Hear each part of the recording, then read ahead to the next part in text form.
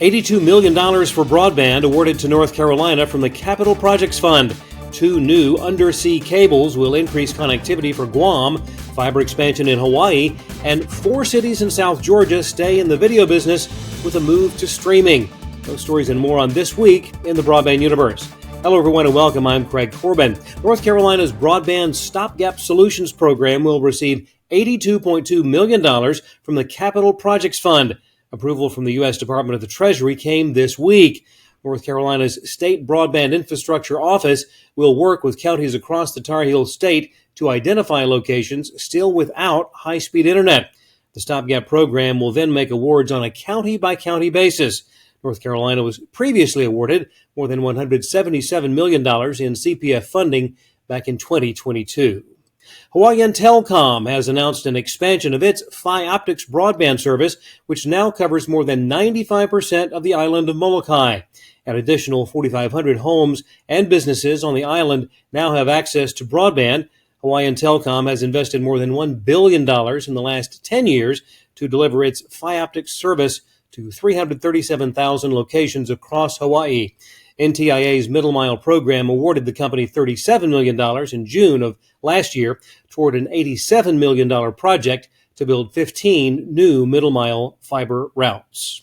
Greater digital connectivity on the way to Guam thanks to plans to build a pair of new subsea cables. The cables will have names. Bulikula will connect Guam and Fiji, and the Halahai will connect Guam and French Polynesia.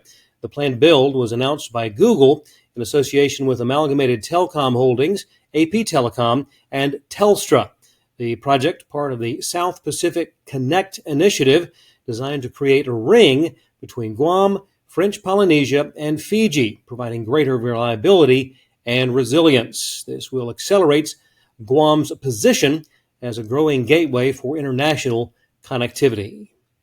As the race to extend the Affordable Connectivity Program continues in Congress, FCC Chairwoman Jessica Rosenworcel confirmed that 10 million of the 22 million households enrolled in ACP are using the program to subsidize fixed broadband services.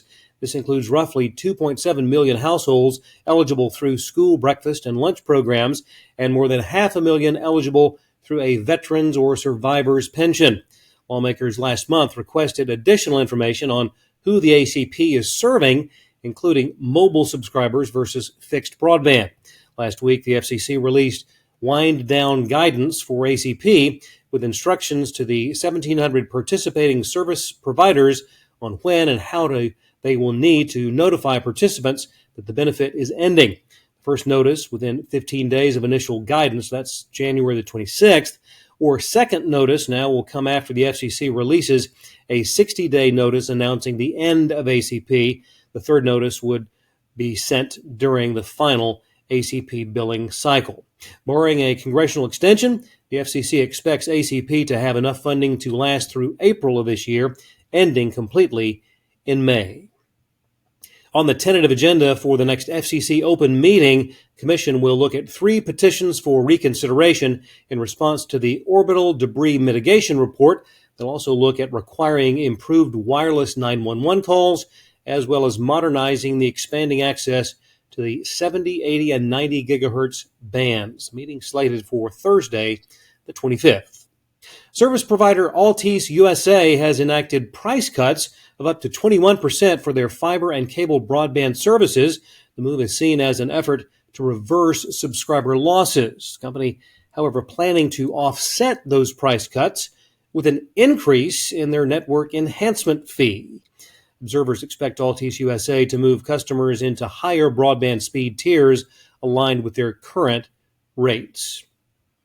A consortium of 4 municipal broadband service providers in South Georgia, CNS Next, is converting their video customers to a streaming service from innovative systems known as MGTV.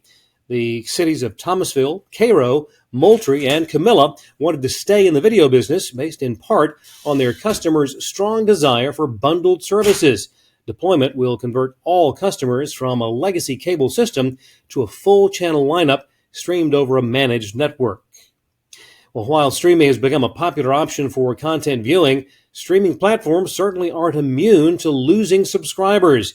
A recent study conducted by QR Code Generator Hub has identified the top 5 platforms consumers would consider dropping. Leading the list, YouTube TV, followed by Netflix, Hulu, Crunchyroll, and Disney+. The study looked at search volumes in the U.S. where consumers searched for terms like how to unsubscribe from their platform.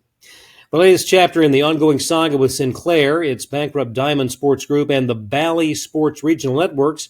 Sinclair has agreed to give Diamond nearly $500 million to settle their lawsuits.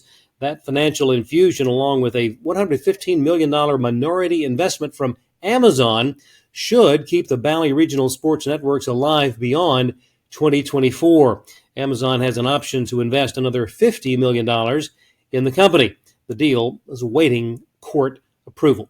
And finally, the perception that younger Gen Z consumers have moved away from long-form television content in favor of short-form videos, social media, and video games is being called into question. That from a survey by Horowitz Research. Data from the recent survey shows that 7 of 10 Gen Zers, those ages 13 to 24, watch full-length TV content every week, spending virtually the same amount of time as they do with social media, streaming music, and short-form videos. A third of them view that long-form content on their smartphones. Well, thanks for watching. We'll see you next time on This Week in the Broadband Universe.